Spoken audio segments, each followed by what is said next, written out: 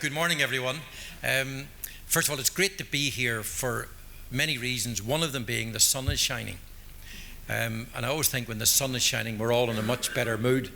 The second reason is that I remember the first ecosystem meeting. It seems like 10 years ago, but obviously it's not. And there was a similar degree of enthusiasm, but curiosity as to what an ecosystem is. And what we have tried to do as the European Connected Health Alliance is to assist the very efficient team here to make real things happen. And I think you'll have all seen, because I see many familiar faces here, you'll have seen many good things have come out of the meeting of the multi-stakeholders in this room. We in the ECH Alliance really believe very much in this whole idea of getting all the sectors in the same room on a regular basis so you can build relationships, then trust, and then you start doing some business together. And I think that's very true of here. I noticed today also we've got Dan and others and John from the Manchester ecosystem as well. And it's great to see that those two cities, very, very far apart, of course, are actually coming together. We don't talk about football in this particular session, we just talk about ecosystems. This is to give you, those who can see this, a very quick overview that those who don't know us. Not-for-profit organisation, 5 years ago, now 500 plus members. We believe in these ecosystems, permanent multi-stakeholders. We, over the next 12 months, will have about 120 meetings like this throughout Europe. We continue to expand in the other countries, and most recently we opened in the Czech Republic just about 2 weeks ago, and the month before that we opened in Slovenia, and we have plans now with the 30-something ecosystems we have to expand that probably to closer to 50 over the next 12 months. We have about 18 applications in at the moment from other regions and countries in Europe. And what we've tried to do here is to bring all that together on the human level here, but also to make what you do here available to the other ecosystems. In other words, we want to try to stop reinventing the wheel. And we're very keen over the next 12 months to work with you to bring international representatives, people from other ecosystems in other countries, to hear, to learn, but also really, really importantly, to tell you how they're tackling the same problems in their own particular environment. So we have now expanded obviously throughout Europe. We're now moving, as some of you will know, we have an operation now, an alliance in China. We also created one in Canada just recently.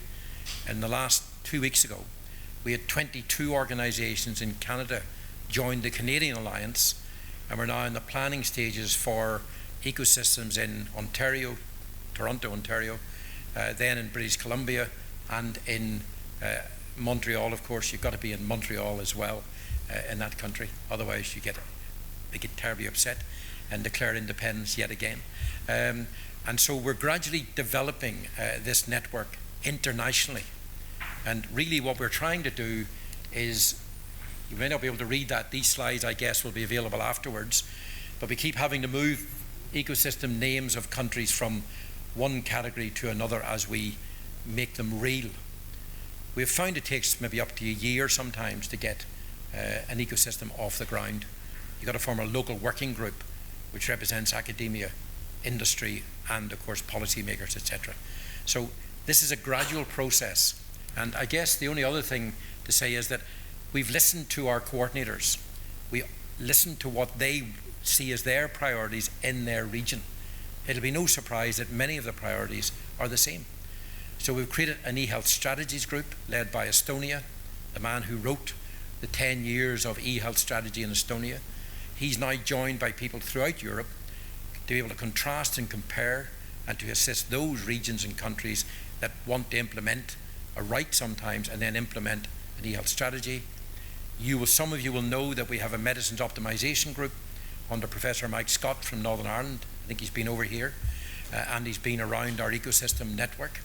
And in June next month, we will launch our next group, which is the Mental Health and Wellness Group, under the South London and Maudsley Mental Health Trust in London, and the Institute of Psychiatry there, because these are things that members have asked us to focus on, and we intend to do that. Finally, just to say that, if I can work out how to make this go backwards, essentially we've created an online platform as well, because bluntly it was becoming quite difficult to communicate effectively and efficiently with all of our members and our community. So we've now created the online platform. You can look at it on our website, put your profile there and have access to it. And through that we're conducting more and more of our webinars on particular topics. We want to feature what you're doing. We also intend to create virtual showrooms on that for companies and other organisations. So I don't want to slow you down today, because I know Declan is very good at keeping us all the time. I'll be around all day, happy to answer any questions. And just to say one thing, I'm thrilled that we're talking about the topic we are today, and I'm looking forward to hearing the progress on that from Hakeem, I think, and others. But I'm particularly interested to know if they're encountering the same issues, the same obstacles. Sometimes I call the same Neanderthals, the cavemen, people and women, who are often in positions of power and raise topics just to be an obstacle. And so I'm not controversial at this time of the morning, but as the morning wears on, I'm more than happy to be controversial, because I do believe there are some people still who simply don't get it, and they have a narrow, risk-averse approach to things. And I think it's really important that we don't give up because of them. The last thing I'd say is this: think, when you've got time, about the power of the consumer and how it has fundamentally changed the way we do lots of other things. Why hasn't that happened in this market?